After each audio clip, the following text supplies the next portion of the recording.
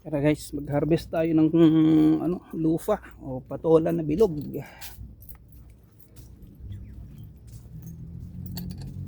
Yan, doon tayo. Mag-uumpisa. Pababa.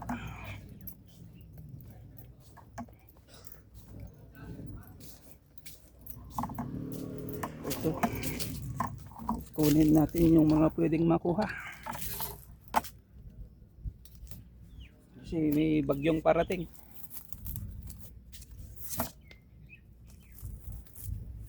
Kunin na natin ang mga pwedeng makuha. Pwedeng mabenta, maulam.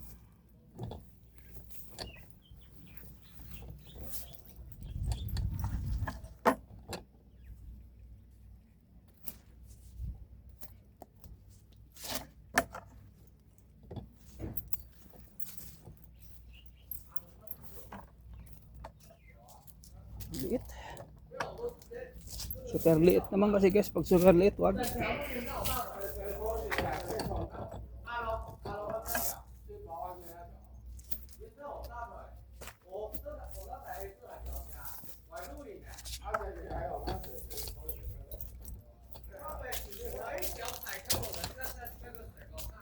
Ang ingay nila. Kita nila ako nagbablog. Kwentuhan sila. Nagtatali ng mga dapat itali kasi baka liparin ng bagyo yung mga trapal dyan sa gilid ng mushroom.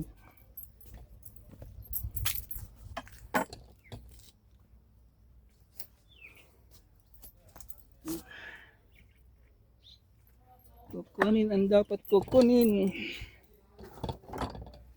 Dahil papunta na rito si Bobby. Bobby. Ang dami namang pangalan, yun pang napili nilang pangalan.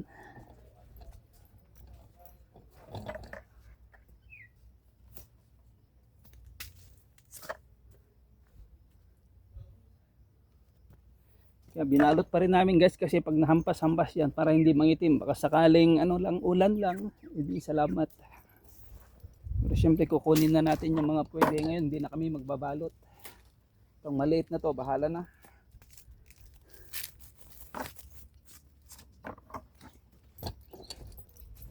Kita nyo naman, mga kulang kalahati, kukunin na natin.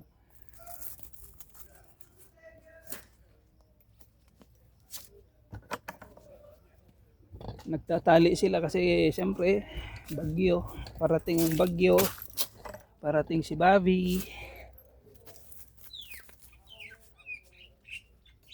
Oh, kita nyo yan. Oh, bunga na may bulaklak. Kaya lang kailangan tanggalin eh. Biro niya yan, mga nasa yan, mga 350 grams o 400 grams, kulang-kulang kalahati, kukunin na natin. Sinagad ko na to kahapon, kaya lang kailangan kunin pa natin yung mga pwedeng mabenta.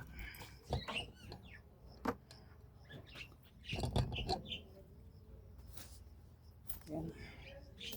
Kasi di natin alam kung meron pa tayong ma-harvest sa Lunes. Siyempre ang next harvest nito Lunes na. Kung may matitira, kung hindi masisira sa bagyo.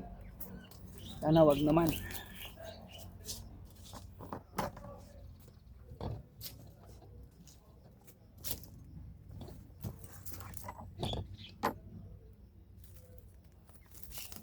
Ayos ko lang yung pagkabalot. Kasi magduyan-duyan yan, baka mahulog, maputol sa kanyang tangkay.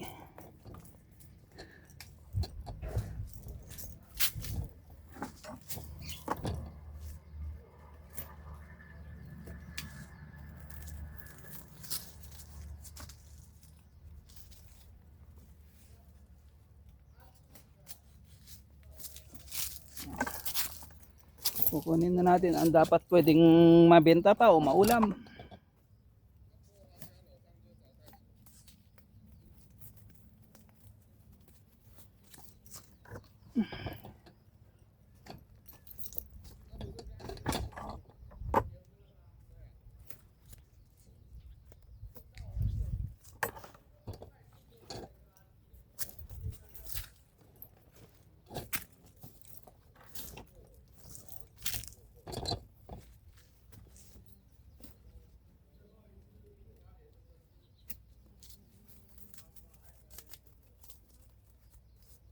Pagkatapos ko rito guys, pagkatapos dito, doon naman sa garden to, yung ano doon, yung squash, yung white gourd, kukunin na natin, yung opo doon na natitira pa. Na pwedeng maulam, mabenta. Ganyan talaga guys, wala tayong magagawa, bagyo eh.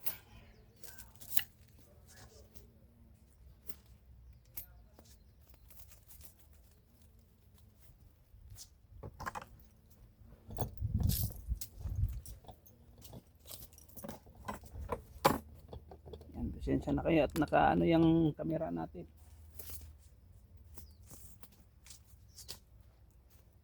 Sampay lang natin to kahit paano, may bagyo.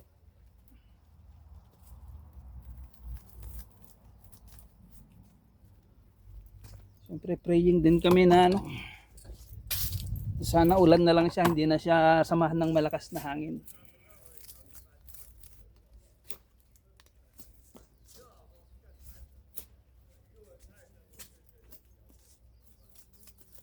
Pupunuhin natin yung isang kahon.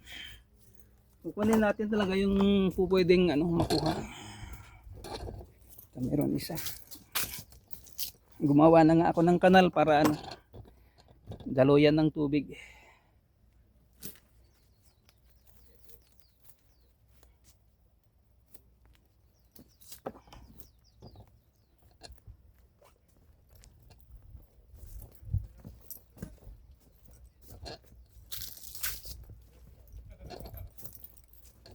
Tatawa sila.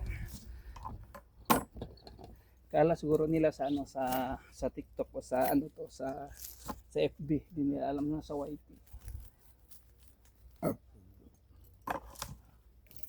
Okay guys, ano ko lang, ilagay ko lang dito at kukuha tayo ng another timba. Mamaya natin ikahon. Siyempre inom lang tubig.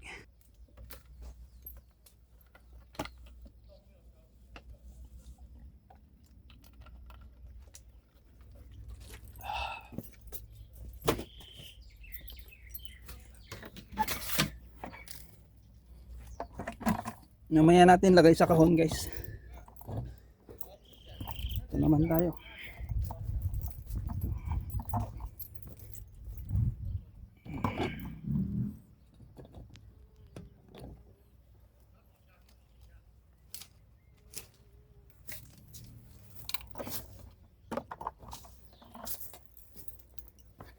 Supposed to be na Lunes na lang, kaso siyempre habang wala pa yung ulan niya, unahan na natin ang bagyo. Kasi nasa weather forecast talagang super typhoon pagdating dito. Kasi based dun sa mga ano niya, dun sa mga tracking nila sa bagyo. So yung ano namin, yung ayuda, nakuha na namin. Groceries, bigas. Ganun dito guys, pag may bagyo talagang yun ang ano, nakaano talaga na super typhoon siya. Matik ang ayuda.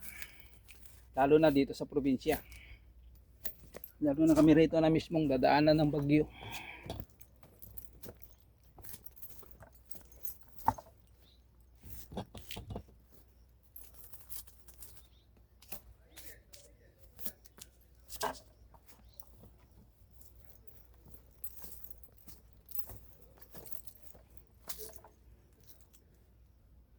Si Mrs. na doon sa may kamatis. Dinodoble niya yung mga dapat ano doon. Natalian ko na yung mga dapat talian doon, yung ano lang kamatis, kiklip niya, dadagdagan ng konti. Baka sakaling makalusot. Kakayanin yung lakas ng hangin.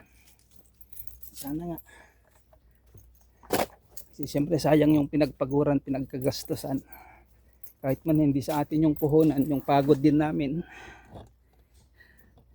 Siyempre.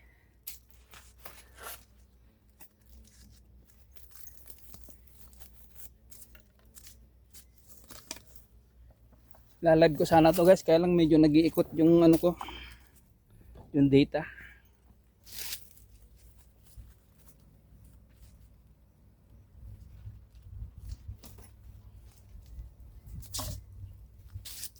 Sasampay natin.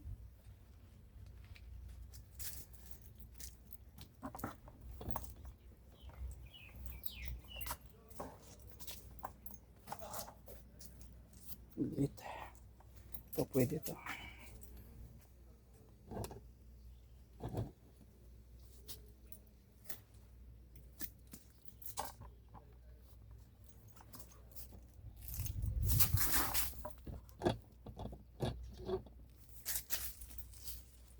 Dito guys, hindi masyado anong YouTube. Ang sikat dito kasi TikTok. Kala nila sa TikTok yung live ko eh.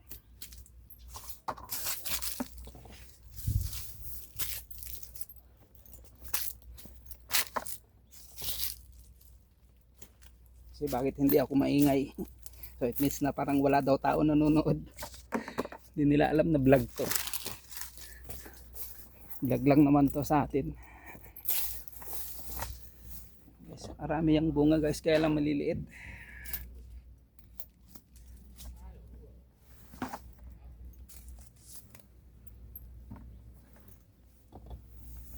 Maliliit pa.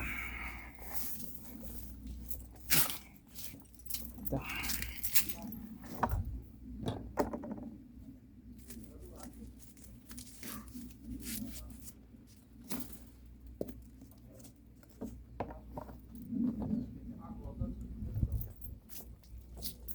Oh, diba? Kita niyo yung bunga.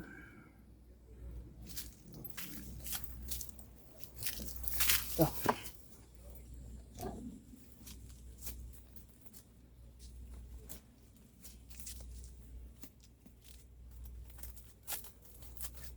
Guys, so marami yung bunga, maliliit.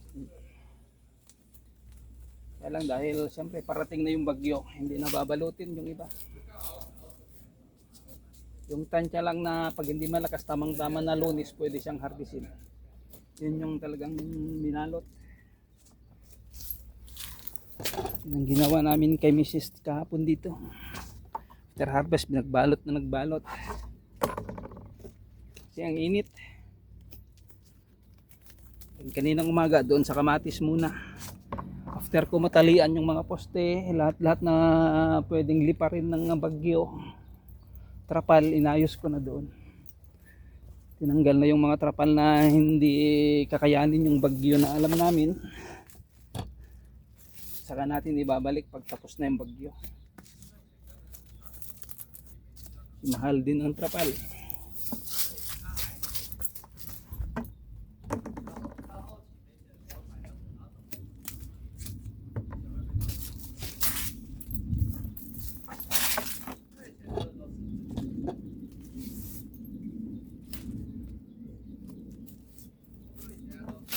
Hindi ko maitaas tong ano guys kasi nahuhulog siya.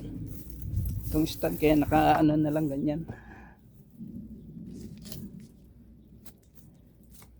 Okay na yung lock dito sa may pond, kaya lang yan sa mismong adjacent ng stand para humaba, para maitaas.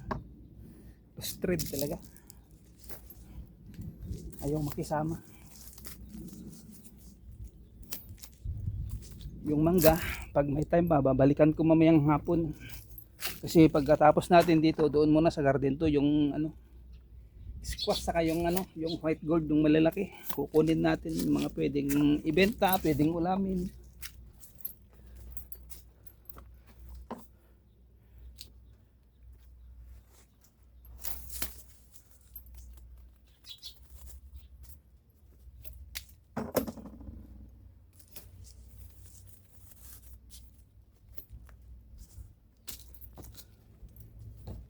Yung guys, nakanalan ko na yan. Doon palabas ang tubig. Saka doon sa dulo, magkabilaan, hiwalay. Yung dito pababa, yung sa kabila doon.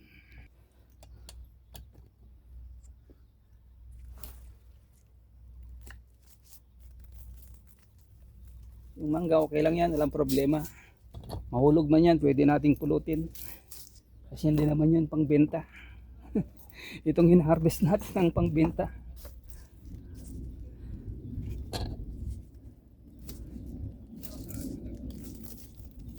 So ayan, puno na yung dalawang timba natin. So kuha lang ako ulit ng timba guys. Tara ulit. Dito naman pabalik. Kunin natin yung mga pwedeng kunin.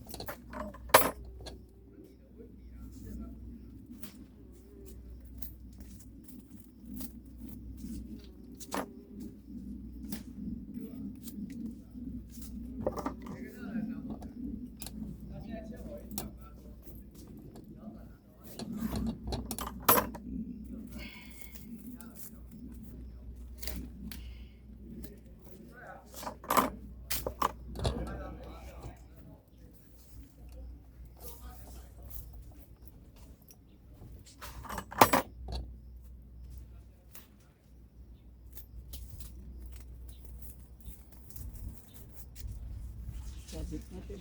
Taas konti. Yan. Taas natin konti. Taas natin konti.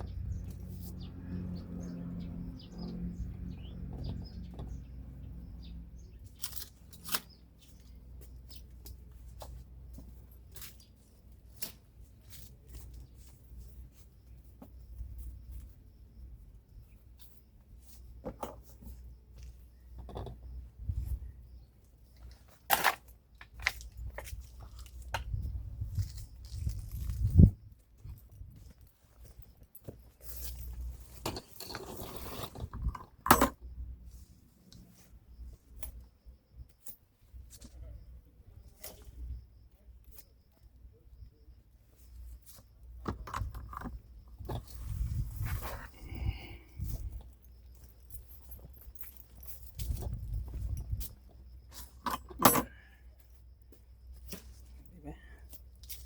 Ayos. Tara. Tara, tara. Ang init. Ang init guys. Super yung init. So ito yung na-harvest natin. 3.